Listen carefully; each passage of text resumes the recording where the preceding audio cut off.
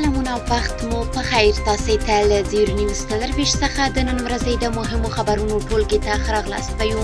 نن یکشنبه ده د 1404 هجري لمریز کال د سنبلې دویمه چې د 2025 زیږدیز کال د اګست له 24 سره برابره ده. زه شبنم وزیری یم او تاسې ته له زیرو نیوز څلرویشت څخه د هیواد او نړۍ مهم خبرونه وړاندې کوم. خو په سر کې د مهمو خبرونو سرټکي. د ریاست الوزرا اقتصادي معاونیت له لوري د منرالونو د ملي پالیسۍ مسودې تاییدېدل.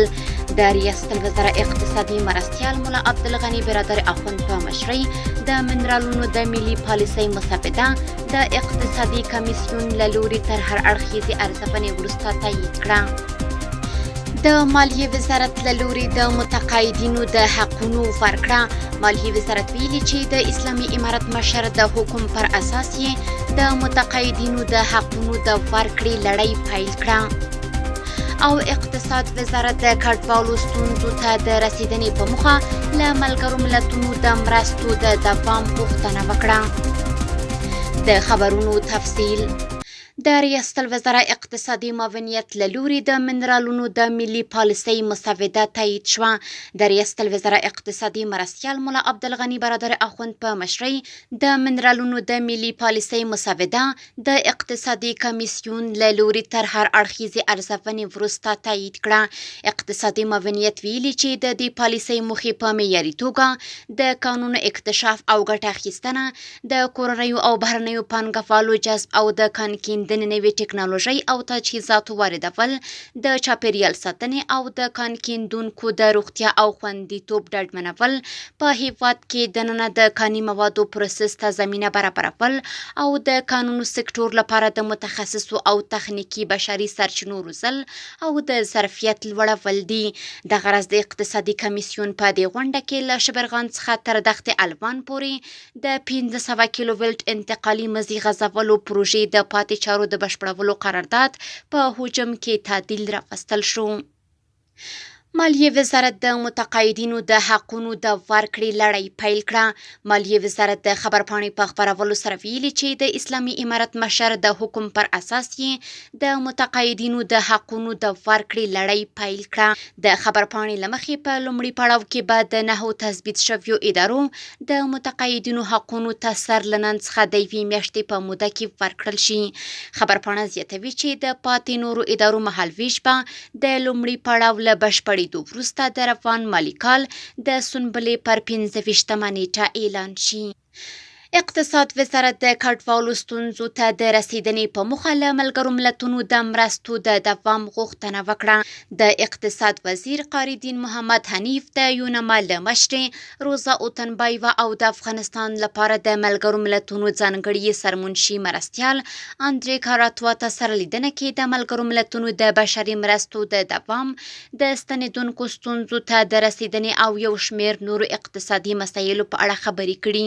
د اقتصاد وزارت ویلي چې په دې ناسته کې میرمن روزا اوتنبایوه د ستنېدونکو د بیا ادغام لپاره د نړیوالې ټولنې د بیړنیو مرستو پر دوام ټینګار وکړ او زیاته یې کړه چې د زیانمنو سیمو د پرلهپسې وچکالۍ او اقلیمي بدلونونو له امله زیانمن شویو او د ستنېدونکو د پراخو اقتصادي او معیشتي ستونزو د حل لپاره د نړیوالې ټولنې همکارۍ، د بیړنیو پروګرامونو طرح او تطبیق او په ټولنیزو زیربناو باندې پانګونه اړینه ده.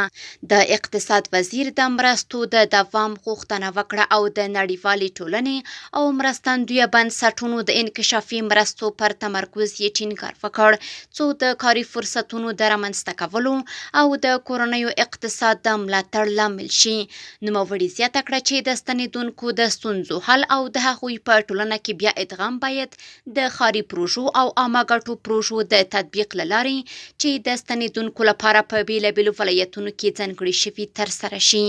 میرمن روزا اوتنبایوه د ملګرو ملتونو د بشري مرستو د دوام ډاډ ورکړ او زیاته یې کړه چې د بشري اړتیاو د پوره کولو ترڅنګ به په هغو ځایونو کې چې ستنېدونکي په دایمي ډول میشتېږي د مرستو کچه هم زیاته شي.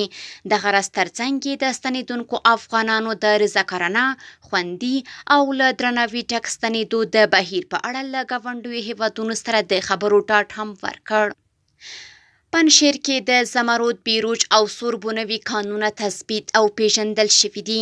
د پنجشیر د اطلاعات او کلتور وزارت د پنجشیر د کانونو او پټرولیم ادارې په حواله ویلي چې په دې ولایت کې د زمرد، بیروج او سوربونوي کانونو سیمې تثبیت او پیژندل شوي دي.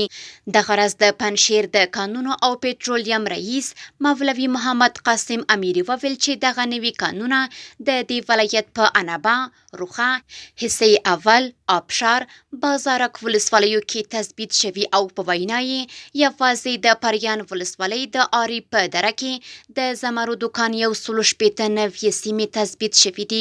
همدارنګه د بیروج 10 کانونه په انبا، روخه، آبشار او پریان ولسوالیو کې او د سوربو کانونه د حصې اول ولسوالۍ د پېښغور په سیمه کې پیژندل شوي دي. د پنجشیر والي حافظ محمد آقا حکیم د نویو قانونو تثبیت ته په اشاره ټینګار وکړ چې د ولایت مشرتابه به د طبیعي زیرمو له اغیزمنې استفادې سره د ولایت د اوسیدونکو د اقتصادي پر ځان بسیاینې او د ملي اقتصاد د ودې لپاره اغیزمن ګامونه پورته کړي. د اسلامي امارت د اطلاعات او کلتور وزیر د اندونیزیا د سفارت له شارج دافیر سره ولیدل. د اسلامي امارت د اطلاعات او کلتور وزارت په خبره کړي خبرپاڼه کې ویلي چې د یاد وزارت وزیر مولا خیر الله خیرخوا په خپل کاري دفتر کې د اندونیزیا د سفارت له شارج دافیر نن د ایوالست سره ولیدل. خبرپاڼه کې راغلي چې ښاغلي ایوالست په فرهنګي برخه کې د همکارۍ ډاډ ورکړ او زیاته یې کړه چې د عامه کتابتون د ډیجیټل کولو لپاره به تخنیکي وسایل برابر کړي او ژمنه یې وکړه چې په نږدې راتلونکي کې به د کتابتون د غني کولو په موخه د بیلابیلو کتابونو یوه ټولګه هم ډالۍ کړي. خبرپاڼه زیاتوي چې مولا خیر الله خیرخوا د دواړو هیوادونو د فرهنګي اړیکو د پراختیا او پیاوړتیا یادونه یې وکړه او فرهنګ یې د اړیکو د ټینګښت بنسټیز عنصر وباله. دغه راز د اندونیزیا له هیواد سره یې د ملي موزیم او ملي آرشیف په برخه کې د همکاریو په اړه هم خبرې وکړې. کورني خبرونه هم دومره وو. د نړیوالو او سپورتي خبرونو لپاره زموږ پاڼې وڅارئ په خپل رسنیو باندې فیسبوک، انسټاګرام، ایکس یا پخوانی ټویټر، یوټیوب او ټیک ټاک زموږ خبرونه خوښئ او موږ تعقیب کړئ. ادرس یې 0 نیوز 24 تر 7 خبرونه د الله په امان.